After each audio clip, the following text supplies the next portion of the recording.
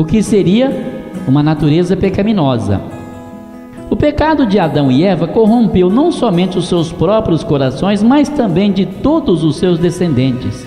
A Bíblia declara que aquele pecado de Adão e Eva foi o princípio corruptor que foi herdado por cada um de seus descendentes, atingindo, portanto, cada ser humano, conforme Paulo escreve na carta aos Romanos, capítulo 5, verso 12. O mundo inteiro, pois, ficou debaixo do domínio do pecado, ver Gálatas, capítulo 3, versos 22. E juntamente com essa servidão ao pecado, tornamo-nos filhos da ira, conforme Paulo escreve aos Efésios, capítulo 2, verso 3. Essa natureza pecaminosa torna impossível que as pessoas agradem a Deus. Cada indivíduo age maldosamente por causa de sua natureza corrompida, por causa daquilo que ele é. A Bíblia declara que já nascemos com essa natureza corrompida, como Salmos 51, verso 5.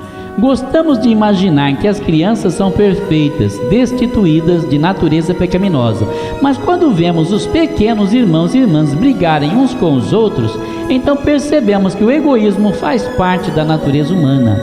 A tendência das crianças para a desobediência também se deriva dessa natureza pecaminosa. Alguns trechos da Bíblia nos mostram que cada parte do ser humano foi corrompida pelo pecado.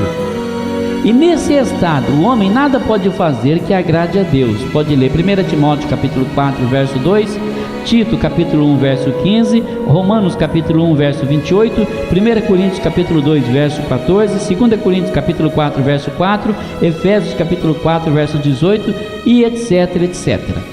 Isso não significa que uma pessoa sem Deus não pode fazer ou apreciar atos de bondade e gentileza com o próximo. Mas significa que, enquanto o indivíduo não é espiritualmente revivificado, nada pode fazer que seja digno da aprovação do Senhor. A semelhança de Deus que há no homem foi desfigurada. Não somente sofremos com as consequências do pecado de Adão e por causa dos efeitos da natureza pecaminosa que recebemos da parte dele, mas também sofremos com as consequências dos nossos próprios pecados. Se eu for um preguiçoso e não quiser trabalhar, então terei de sofrer as consequências disso, assim também como a minha própria família.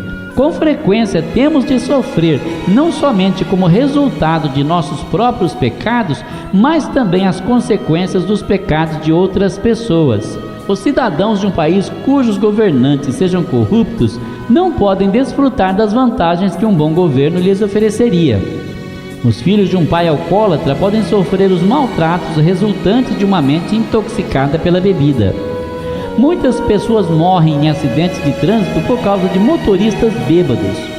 A sociedade em geral sofre por causa dos abusos causados pelos criminosos e então é obrigada a pagar pelos custos do confinamento desses criminosos nas prisões. Na sexta lição, nós vimos que o lado bom do homem pode ser admirado, mas agora estamos considerando o lado trágico do homem. O homem sem Deus fica depravado. À medida em que se aproximarem os últimos dias, nós poderemos esperar ver mais as terríveis condições na sociedade humana por toda parte.